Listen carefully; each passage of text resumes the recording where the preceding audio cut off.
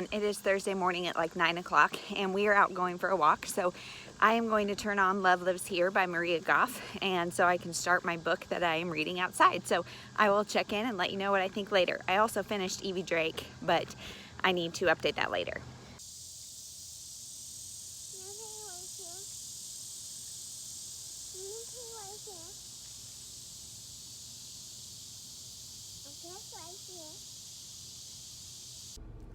Hey everyone, so it's a little bit later. It's about 11:15 and we are at grocery pickup. So I am reading more of Love Lives Here by Maria Goff, and so far I'm really liking it. If you're a Christian and have not heard or watched Bob Goff, you really should. He is hilarious, and he always talks about his wife, Sweet Maria is what he calls her. And so I'm really enjoying. I know Maria has written a few books, but I've never read any of them or like seen her talk in any way. So I'm really enjoying getting to see Sweet Maria talk. And so this Bob does like the introduction, and he said something. He said that when you take selfishness out, love has a place to go. And that is so true and so convicting, because it's just very hard. So yes, that is good. And then she's talking about all these different parallels and things that are like within their lives that then have paralleled to like deeper meanings,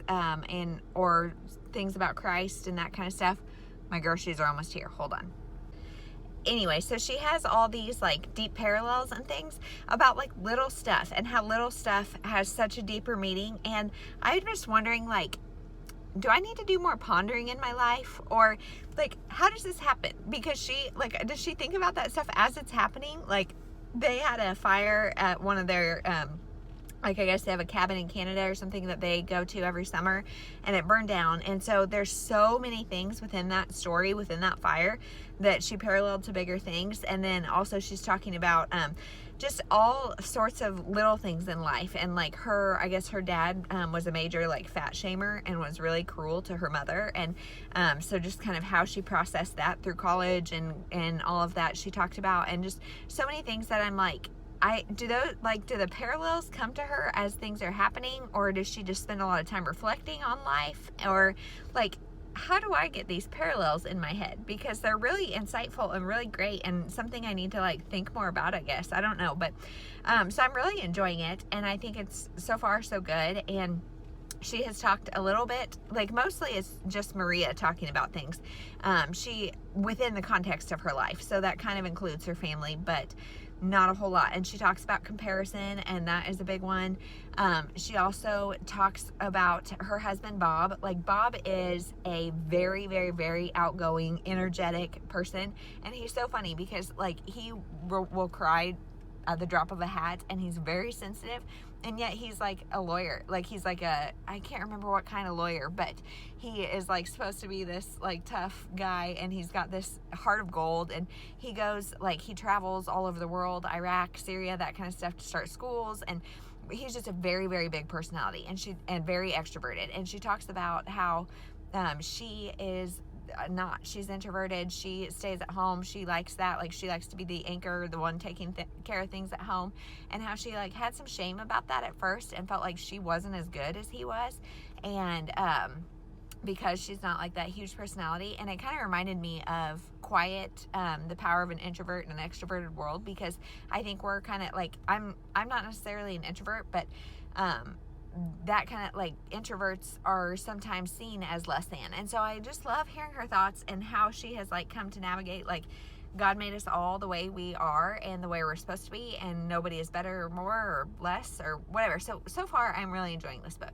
I did finish Evie Drake Starts Over this morning, and I'm giving it 4.5 stars. I really liked it.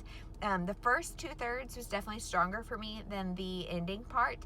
But I think I've said a pretty good synopsis about this, but Evie, her husband dies, and she's got this best guy friend named Andy, and Andy has a childhood friend named Dean, who was a Major League Baseball player and got the yips and no longer can throw. So he comes to live in Evie's guest house, and it's their relationship. And I thought like the characters were great. I thought Evie was very relatable. I loved it. And I thought, I mean, it's hard, the synopsis is very vague, and so I want to keep it very vague, but I thought, like, what happened 2/3 in-ish or 3/4 the way, I don't know. I thought it was just kind of underdeveloped, and so it missed an area where like an emotional punch could have happened, and it didn't.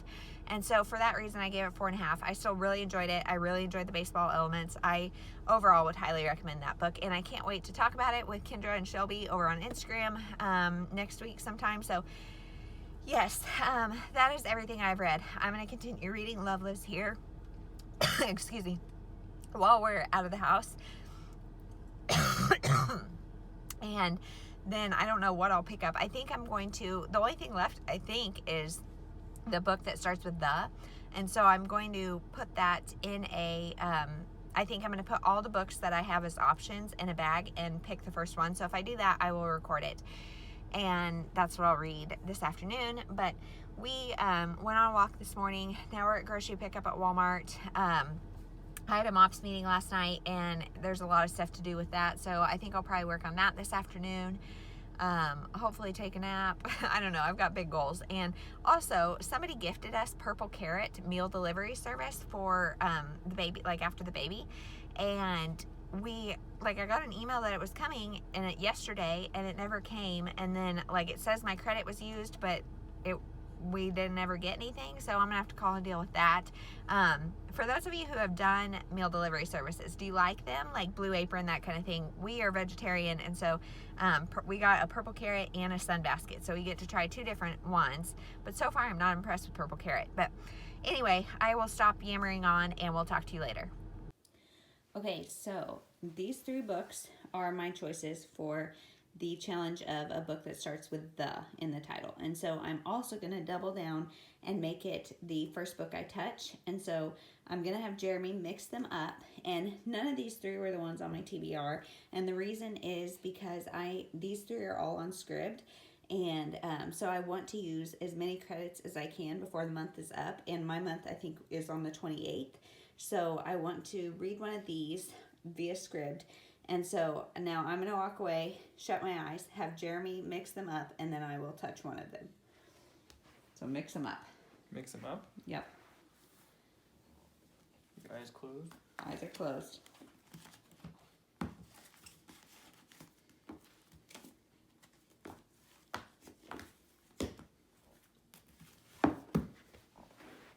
Done?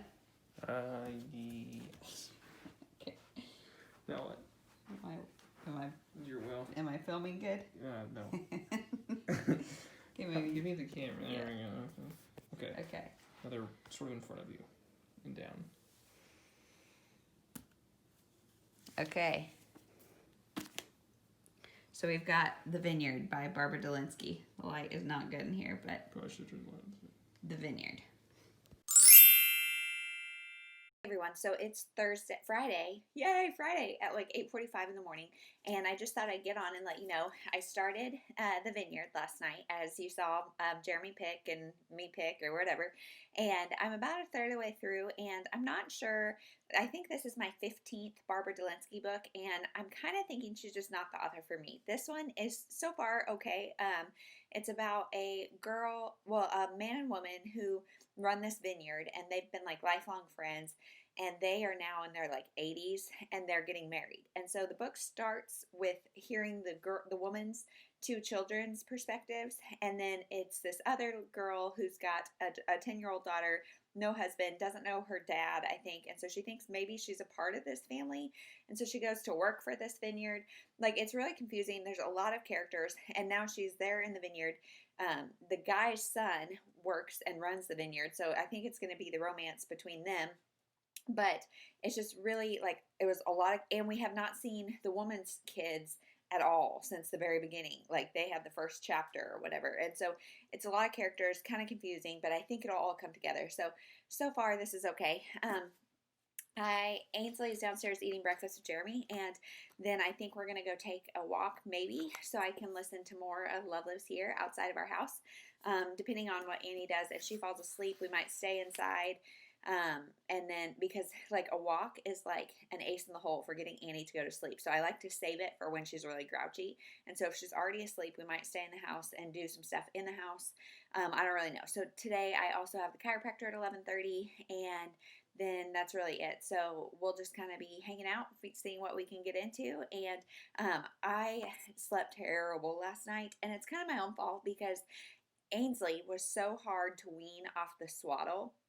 We swaddled her, she loved it, and then once she started rolling, you can't swaddle them anymore, because if they roll their belly, they're all tight and swaddled, so she can't get back. So it was a nightmare getting her weaned off that swaddle. So with Annie, she loves to be swaddled too, and so at night I'm like swaddling her to go to sleep the first time, and then when I feed her, I just like cuddle her back to sleep, and that works great, except then like an hour and a half later, she's like flailing and her hands are in her face, and it wakes her up and makes her mad. And so we were up every hour and a half last night, and I should have just swaddled her, but I didn't. And so today I'm so tired, and I'm thinking hopefully Jeremy will take Annie, and like she normally sleeps at some point during nap time, but then like when you have a baby with you, it's like every noise, and it's just not restful sleep. So I'm going to hopefully see if he'll take her during nap time so I can get at least like an hour of sleep during nap time. I don't know.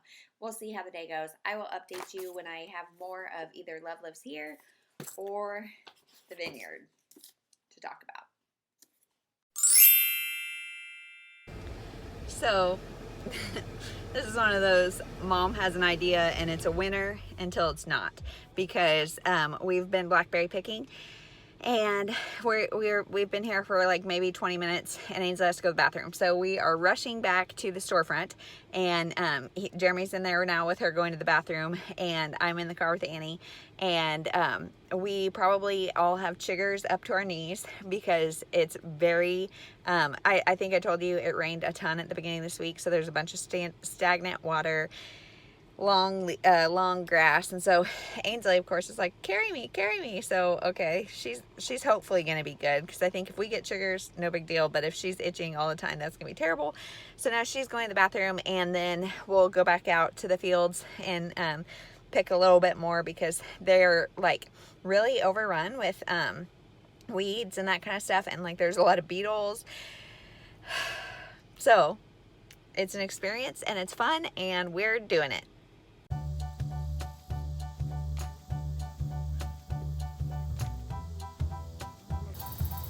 What's that noise?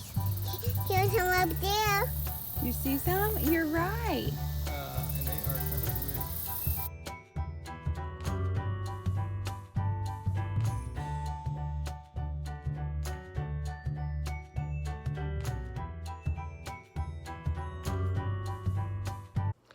Hey everyone, it's 2:15 on Saturday, and I just finished Love Lives Here by Maria Goff, and I finished it by this window because I know I'm not going to be outside at all in the next 2 days without kids and stuff, so I don't think I'll be able to listen. We may take a walk or something, but if so, like it'll probably be with Jeremy and stuff, so I don't want to put in a headphone. So I finished it by the window. Plus I only had like half an hour or an hour left maybe, so I read most of it outside and then filled in by the window. So I am giving it 3.5 stars. I thought it was really good, but like I had kind of said earlier, like everything was analogies between her life and the gospel, but there was no direct scripture. So it would be very good for somebody who's like kind of new to faith, because it's very secular in nature, like it's very just conversational and like life. But I feel like with the analogies, she would tell the part of the story that fit the analogy and not tell the rest of it. And so it was a little bit like, wait, I want to know more about this story. But it's like if the story didn't completely fit the analogy, it would be left out. And so that, like I said, I really like Bob Goff, and so getting to see Sweet Maria, and just it was inspiring to maybe look for more of those analogies in my life, and like how you can see God working in your life even when things are kind of hard and kind of weird. So I really liked the fact that it inspired me to do that, but I thought the actual writing was just okay. So 3.5 stars. That completes all of my reading rush challenges. I will go over them later because tonight I have the Summer Fling kickoff live show, and so when I'm doing that, I will be up in my little library office room by myself with the door shut, so I will be able to like think through all my reading rush prompts. But I know this Maria Goff is the one that was to be read all outside. So that completes all the challenges. Now I think I'm going to pick up The Fragile World, and this one I think is just about, I think it's a YA, I'm not sure, but I think, and it's about a family who is just like your stereotypical suburban family, and they've got 2 kids and whatever, and then their son gets in a car crash, I think. I don't know. And so I'm expecting it's going to be really dark and hard-hitting and depressing. But the reason I'm doing that is because I'm going to pick up a different book physically that is not for the reading rush or anything. And it's really like lighthearted women's fiction, romance kind of thing. And so I have to have 2 things that are completely different, or else I will get so confused. So I am going to go upstairs. We finished lunch just a little bit ago, and you guys, we got like half a pound, maybe 3/4, less than a pound of blackberries, but still quite a bit. And we went in the store, Ainsley and I, at like the, not store, but it's like a farmer's market where like you pay. And so we got a massive zucchini and then paid for the blackberries, and then we came home, ate lunch. Ainsley ate all the blackberries. So I feel like she's gonna be like that kid in Willy Wonka, the blueberry girl. So she ate a lot of blackberries, and they were fun. It was good, and now the event is over. So I'm gonna go take Annie upstairs. You can hear she's getting grouchy, and try to put her to sleep and take a little nap with her, and then get up, make dinner, and then go to the live show. So we will check in later.